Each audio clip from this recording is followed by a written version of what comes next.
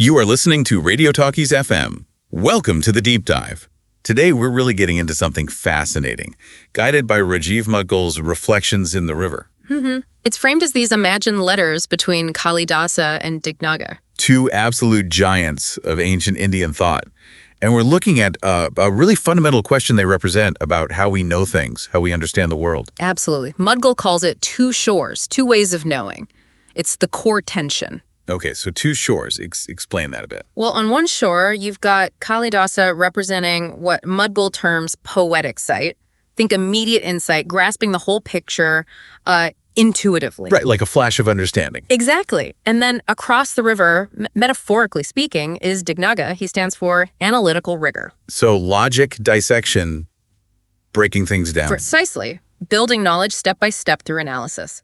Mudgal uses them to explore this, timeless choice we all face. Do we experience reality directly, or do we understand it through these intellectual structures? And that river between them, it's where the conflict plays out.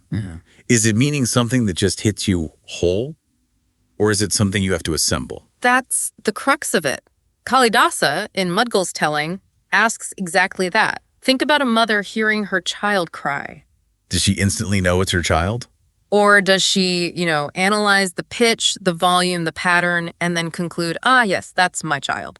It feels instantaneous, doesn't it? That's Kālidāsa's point, illustrating his side. His way is rooted in the Vedic tradition, seeing language vak as something powerful. More than just words. Oh, much more. It's revelatory. It unveils reality. You see this in his poetry, like the Meghaduta. The Cloud Messenger poem. Right. The lover doesn't just describe the cloud. He invokes its soul, pours his longing into it. It's an act of deep recognition, a real communion. Okay, so that's one shore. What about Dignāga's side? It seems very different. Completely different. Mudgal portrays Dignāga, or at least Kālidāsa's interpretation of him, as suggesting external objects might not even exist independently of our consciousness. Whoa. So what we see isn't directly the world, but rather a mental construction. Our minds shape our perception. Dignāga's work, like Alambana Pariksha. examining perceived objects. Yes, and his take on the Rama story in Kundamala. It's all about dismantling illusion, breaking down experience, understanding how it's constructed. It ties into dependent origination. Praticāsamutpada.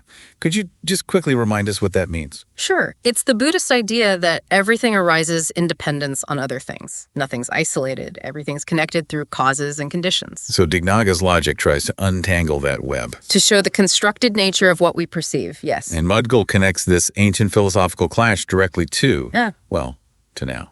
To us. He really does. Yeah. He argues it's not just history. It's critically relevant to AI, to ecological collapse, to this feeling many have that meaning is eroding. It suggests our way of knowing has huge consequences. Let's dig into that. Kālidāsa's poetic sight. What else defines it? It's rooted in Vedic poetics, as we said. Knowledge isn't acquired. It's revealed instantly. Like the mother and child again.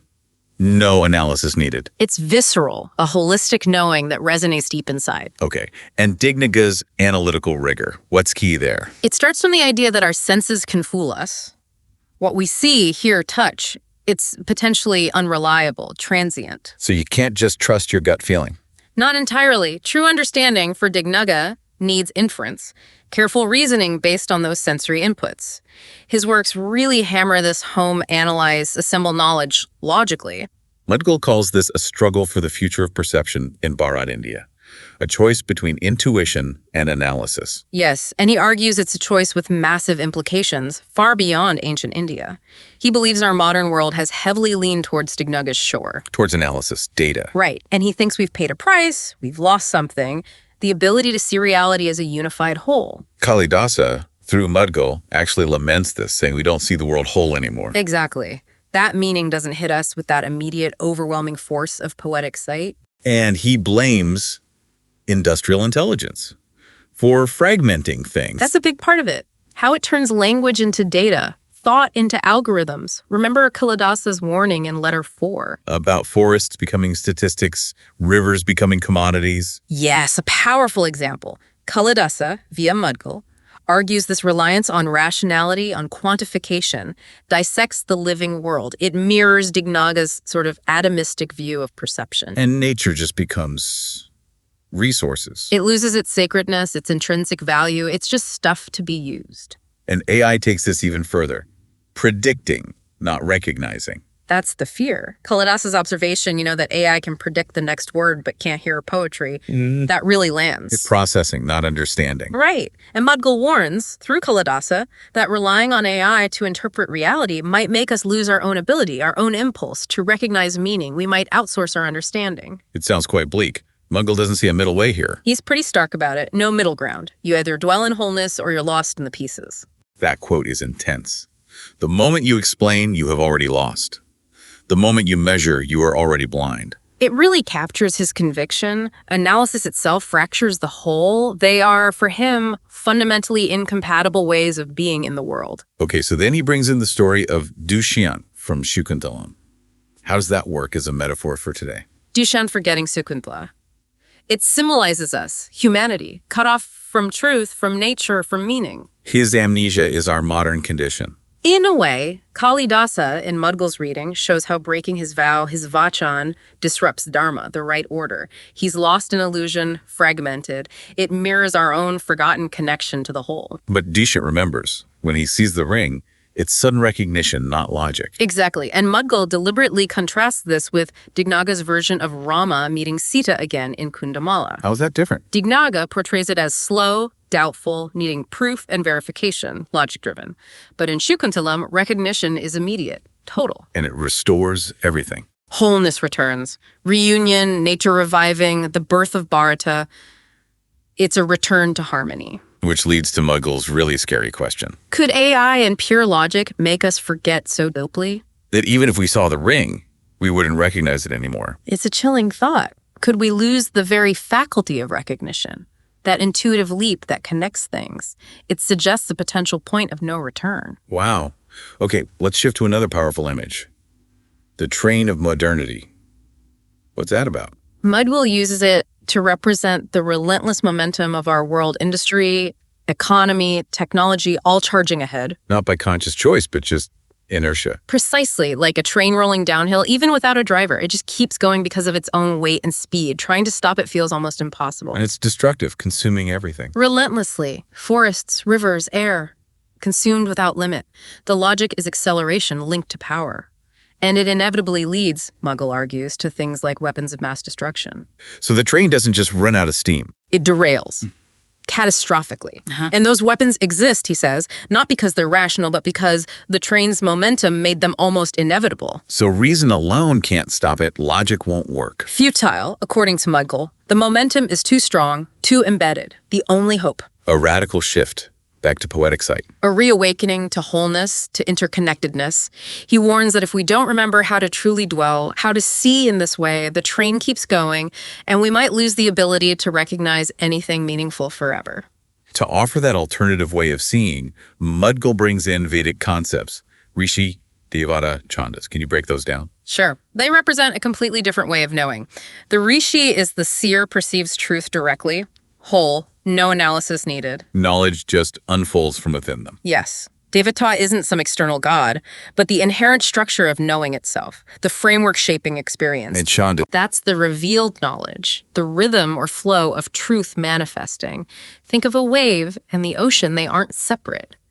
These three concepts are intrinsically linked aspects of one unified understanding. So seeing, knowing, being, they're all one seamless experience. Exactly. Mudgal asks, where does the sunset end and your experience begin? Is music separate from how it makes you feel? Is your breath separate from the air? It emphasizes the unity of the dweller and the dwelling. A seamless whole that analysis just can't capture. And modernity broke this connection. Largely, yes. The Rishi got replaced by the objective observer with tools. Devata became external labels, not the inner structure of knowing. And Chanda's veil, the rhythm of truth, stays down. We got trapped in fragmented thought. Blinding us to the natural flow. Mudgal also talks about engaging with texts like the Vedas differently, not for logic or proof. But for resonance, like a song. Exactly. You feel them, experience them through poetic sight. They're living utterances, not puzzles. He uses the example of a hymn to Usha, the dawn. Right. It's not just describing sunrise. It connects you viscerally to life's renewal. It's about the direct experience, not the concept. Reducing things to data or categories misses that immediate encounter with wholeness. Okay, let's bring Dignāga back in with his concept of Chittamatra, mind only. How does Mudgal handle that? Well, in Buddhist thought, especially Yogacara, Chittamatra means our direct perception is of mental impressions, not necessarily external objects existing independently. The mind constructs our experienced reality. It's that what we perceive isn't the external world directly, it's more like mental impressions, constructs, thoughts shaped by our fleeting perceptions. So when I see a tree, I'm not seeing the tree itself. You're experiencing a mental event, a perception constructed by your mind in that moment. It's not saying the world is totally illusory, like a dream, but that our experience of it is inseparable from our mental construction of it. That's quite different from the Rishi just seeing. Radically different. It contrasts how Dignāga might analyze things. A flower's color, that's sensory data. The Buddhist teachings on suffering, that's linked logically to craving, to desire. It's analytical. But Mudgal pushes back against that. He does. He sees the knower not as a separate mind building the world, but as part of a vibrant reality. We're grounded in it. Revealed through Chanda's rhythm, structured by a real devata. Exactly. Not just mental activity. So he rejects mind only. He argues that by splitting knowledge into perception and inference, both Dignāga and the Buddha missed the chance for direct, unmediated recognition of wholeness. He even critiques the Buddha's Four Noble Truths, saying they trap you in thinking about suffering. That's a key part of his critique, yeah. And maybe a controversial one. He suggests that focusing so much on dukkha, on suffering, and the path away from it creates its own limiting framework. Like modernity's focus on progress. Yeah. How so? The argument presented is that it potentially overemphasizes suffering.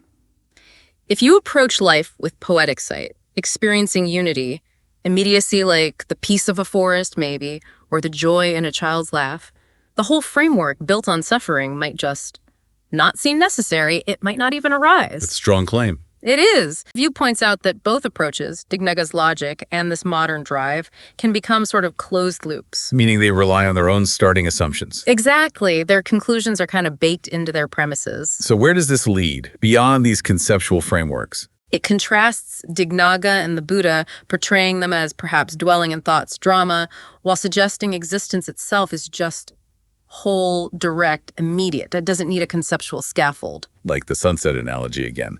You feel awe, you don't initially think about wavelengths. Right. Another image from the book, Reason, as a train, maybe, circling endlessly on its tracks, built by thought, unable to actually reach the destination, which is already here. You're already in the place you're trying to reach through analysis. So these systems, Buddhist logic or others, can become self-reinforcing. That's the argument presented. Dignāga stays within the Buddhist framework, suffering, impermanence, non-self. And then it draws parallels, suggesting other systems might do the same. Like what other systems? It mentions Islamic revelation, Christian salvation, even scientific materialism. The idea is they can function as these self-contained loops, interpreting everything through their core tenets. It gave the example of Christianity focusing on sin, potentially overlooking inherent purity. Yes, that was one example used to illustrate the point that the starting framework shapes everything that follows within it. While reality itself, according to this view, Doesn't need a system. a closed loop. That's the parallel he draws. He argues the focus on suffering can obscure the immediate experience of life's inherent beauty or peace, a serene forest, a calm lake, a child's laugh, things you experience directly without needing a framework of suffering and release. So if these systems, Buddhism, modernity, are scaffoldings, what's beyond them for Mudgal? It's incredibly simple, really, he says.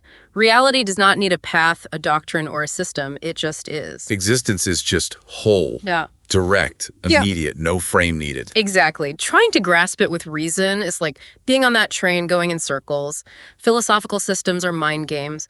Poetic sight, though, lets you touch the essence, feel the rain, don't just analyze water molecules. And the train metaphor comes back again, capturing both modernity and Buddhism. Yes, as systems driven by their own momentum, modernity's drive for progress and consumption mirrors. For Mudgal, Buddhism's focus on suffering and cessation. Both caught in their own loops. Like deforestation mirrors the steps to end, craving both processes driven by an internal logic that rarely questions its own fundamental premise or direction. Mudgal then makes an even more radical claim. All structured thought systems are just dramas, not reality itself. It's a huge claim. Buddhism, Islam, Christianity, modernity, he sees them as self-contained narratives.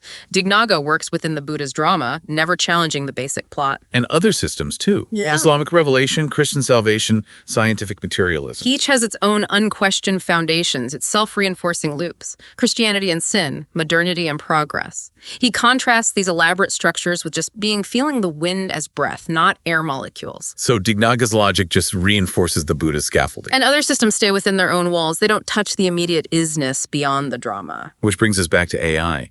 You said Mudgal sees it as a double-edged sword. Right. On one side, it's the ultimate extension of Dignāga's logic processing patterns, risking more fragmentation, potentially missing meaning entirely. But the other side. The potential, if we approach it with wisdom, with an understanding of Vak, it could become a tool for recognition, a sacred extension, like that symbolic ring helping us remember wholeness. So it depends on our intent, how we frame it. Completely. It hinges on whether we use it to deepen analytical fragmentation or to somehow enhance our capacity for holistic recognition. So ultimately, what's Mudgal calling for in the book? What does beyond systems really mean? It's a call to step outside all these intellectual dramas, to see like the Rishi attuned to Devata and Chandas, where the knower and known are one. He quotes Kālidāsa as saying the final illusion is thinking you need to arrive somewhere. When you were never lost to begin with, it's radical. And the warning is stark. Without this shift, we don't just risk losing the world. We risk losing the ability to even mourn it. That's the profound urgency in his message. Okay, so wrapping up this deep dive, we've traced this core tension Mudgal lays out. Poetic sight versus logical dissection. Immediate knowing versus constructed understanding. And his urgent warning about modernity's crisis losing the ability to experience wholeness caught on that metaphorical runaway train. The only way off, he suggests, is this radical shift in perspective, reclaiming recognition, echoing Kālidāsa's question, what happens if we don't do this now? It really forces you to think. And that's the final thought we want to leave you with. Can you personally step off that train? Can you find moments to recognize the wholeness that Mudgal insists is already here, beneath or beyond the system structuring your world? It's a challenge to reflect on your own ways of knowing, your relationship to these big systems that shape so much of how we see things. Something to definitely mull over. You have been listening to Radio Talkie's podcast. Until next time, see you.